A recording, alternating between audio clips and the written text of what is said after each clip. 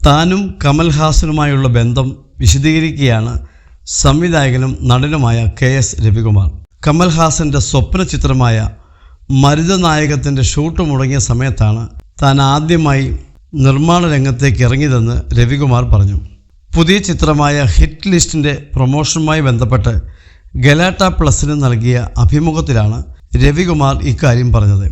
ഹേ റാം, തെനാലി എന്നീ സിനിമകളെക്കുറിച്ചാണ് രവികുമാർ പറഞ്ഞത്.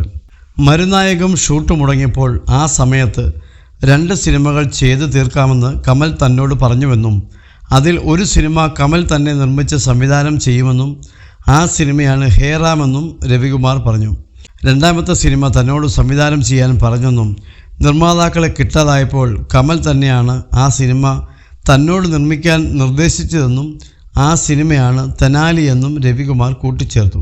മരുനായകം സിനിമയുടെ ഷൂട്ട് പല കാരണങ്ങളും കൊണ്ട് മുടങ്ങിപ്പോയി.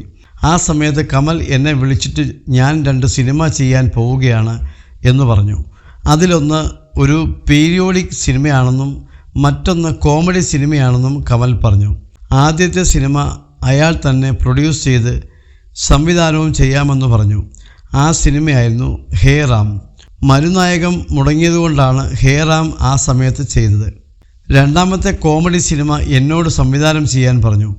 അതിനു മുമ്പ് ഞങ്ങൾ അവേ ഷൺമുഖയ്ക്ക് വേണ്ടി ഒന്നിച്ചിരുന്നു. 2ാമത്തെ സിനിമയായിരുന്നു തെനാലി. അതിനുവേണ്ടി കമൽ ഒരുപാട് നിർമ്മാതാക്കളെ സമീപിച്ചു. ആരെയും ആ സമയത്ത് കിട്ടിയില്ല. അവസാനം എന്നോട് ആ സിനിമ നിർമ്മിക്കാൻ നിർദ്ദേശിച്ചു. ഷൂട്ട് തീരുന്നവരെ എൻ്റെ ഓഫീസിൽ തന്നെ നിൽക്കാമെന്ന് ഉറപ്പും തന്നു. അങ്ങനെയാണ് തെനാലി എന്ന സിനിമ ഞാൻ ചെയ്തത്. പ്രതീക്ഷിച്ചതുപോലെ ആ സിനിമ ഹിറ്റായി, രവികുമാർ പറഞ്ഞു.